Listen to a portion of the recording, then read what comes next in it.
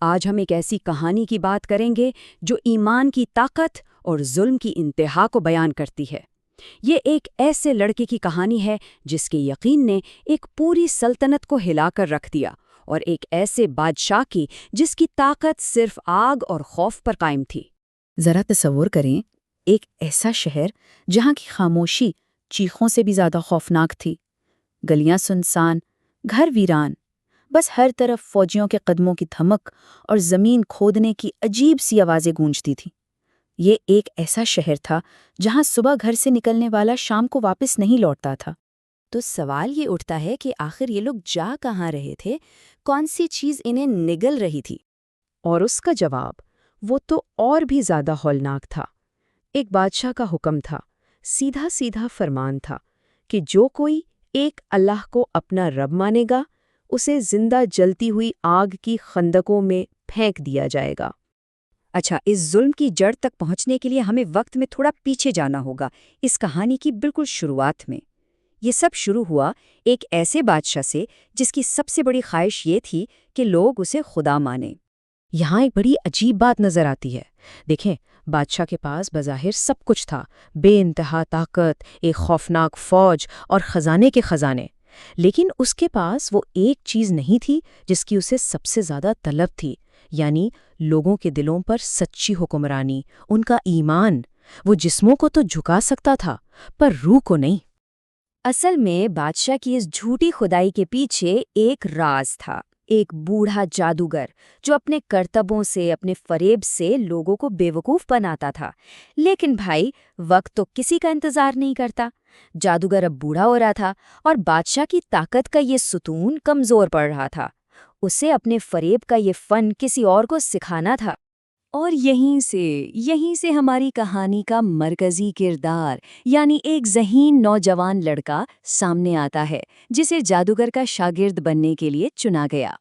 تو اس لڑکے کا ہر دن سمجھے کہ دو الگ الگ دنیاؤں کا سفر تھا۔ ایک طرف جادوگر کی وہ اندھیری، فریب سے بھری دنیا، اور دوسری طرف راستے میں ایک راہب کی خانقاہ جہاں اسے ایک سچے اور واحد خدا کی پرسکون تعلیمات ملتی۔ لڑکا ایک عجیب کشمکش میں تھا۔ سچ آخر تھا کیا؟ جادوگر کا وہ ہنر جو آنکھوں کو دھوکہ دے، یا راہب کا وہ یقین جو سیدھا دل میں اترے؟ یہ سوال ہر روز اس کے اندر بڑا ہوتا جا رہا تھا۔ اور پھر ایک دن ایک ایسا موقع آیا جس نے سب کچھ بدل دیا۔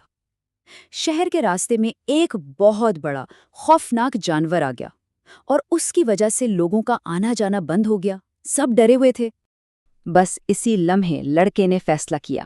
اس نے زمین سے ایک چھوٹا سا پتھر اٹھایا اور اپنی زندگی میں پہلی بار پورے یقین کے ساتھ اپنے رب کو پکارا۔ اس نے دعا کی، اے اللہ، اگر راہب کا راستہ سچا ہے تو اس پتھر کو اپنی طاقت کی نشانی بنا دے۔ اور پھر جو ہوا وہ ایک معجزہ تھا۔ اللہ کے نام پر پھینکا گیا وہ ایک معمولی سا پتھر اس خوفناک درندے کے لیے موت کا پیغام بن گیا۔ وہ وہیں ڈھیر ہو گیا، اور اسی پل لڑکے پر حقیقت کھل گئی کہ اصل طاقت جادو میں نہیں، ایمان میں ہے۔ دیکھیں، اس واقعے نے لڑکے کی زندگی کو پوری طرح بدل کر رکھ دیا۔ اب وہ صرف ایک شاگرد نہیں رہا تھا، بلکہ اس کے پاس ایک ایسا یقین تھا جو بادشاہ کی جھوٹی خدائی کو چیلنج کر سکتا تھا۔ اس دن کے بعد تو جیسے لڑکے کا یقین ہی اس کی طاقت بن گیا۔ اس کی دعاؤں سے بیماروں کو شفا ملنے لگی، یہاں تو کہ بادشاہ کے اپنے نابینا وزیر کی آنکھیں بھی روشن ہو گئی۔ ہر معجزے کے ساتھ بادشاہ کی جھوٹی خدائی کی دیوار میں ایک اور دراڑ پڑ جاتی، اور لوگ سچے خدا کی طرف آنے لگتے۔ اب جب یہ خبریں بادشاہ تک پہنچیں تو ظاہر ہے وہ تو آگ بگولا ہو گیا۔ اس نے لڑکے کو پکڑوایا اور اس پر اتنا تشدد کیا کہ لڑکے نے اپنے استاد یعنی راہب کا پتہ بتا دیا۔ بادشاہ نے ایک لمحہ بھی نہیں لگایا اور اس مرد حق کو بھی شہید کروا دیا۔ راہب تو شہید ہو گئے، لیکن اب باری تھی بادشاہ اور اس لڑکے کے آخری مقابلے کی۔ بادشاہ نے لڑکے کو مارنے کی کوئی کسر نہیں چھوڑی۔ اس نے سپاہیوں کو حکم دیا کہ اسے پہاڑ کی چوٹی سے پھینک دو، لیکن پہاڑ لرز اٹھا اور سپاہی خود گر کر مر گئے۔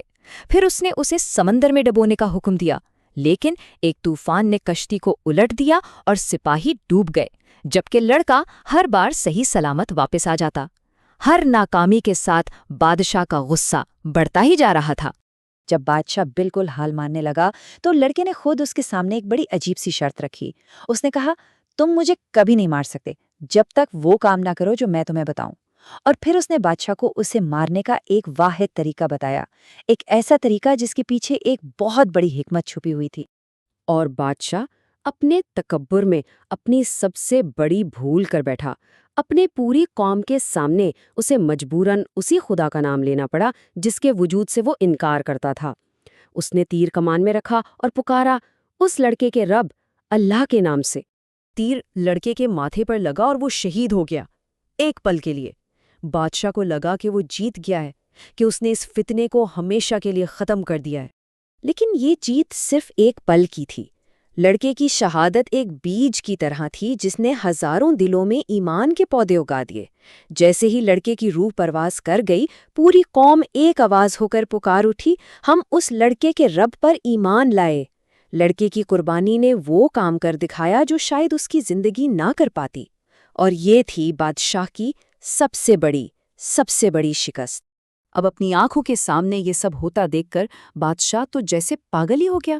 اپنے آخری اور سب سے ظالمانہ قدم میں اس نے شہر کے باہر بڑی بڑی خندقیں کھدوائیں، ان میں آگ بھڑکائی اور اعلان کیا کہ جو کوئی اپنے نئے دین سے نہیں پھیرے گا اسے اس آگ میں زندہ پھینک دیا جائے گا۔ اور یہاں ایمان کا وہ منظر سامنے آتا ہے جو تاریخ میں ہمیشہ کے لیے لکھ دیا گیا۔ جب ایک ماں اپنے شیرخوار بچے کو گود میں لیے آگ کی تپش سے ہچکچائی تو اللہ نے اس بچے کو زبان عطا کر دی۔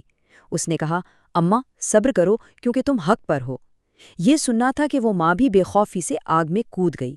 ایمان والوں کے لیے تو یہ آگ ٹھنڈی ہو گئی، لیکن وہی آگ پلٹ کر بادشاہ اور اس کے ظالم لشکر کو نگل گئی، اور ان کی طاقت کا غرور ہمیشہ کے لیے راکھ ہو گیا۔ یہ کہانی بھلے ہی صدیوں پرانی ہو، لیکن اس کا پیغام آج بھی اتنا ہی سچا ہے۔ یہ ہمیں سوچنے پر مجبور کرتی ہے کہ جب ظلم اور ناانصافی کا سامنا ہو تو حق پر کھڑے رہنے کی ہمت کہاں سے آتی ہے، اور کیا آج بھی اس لڑکے جیسا یقین موجود ہے جو باطل کی سب سے بڑی طاقت کو بھی شکست دے سکے؟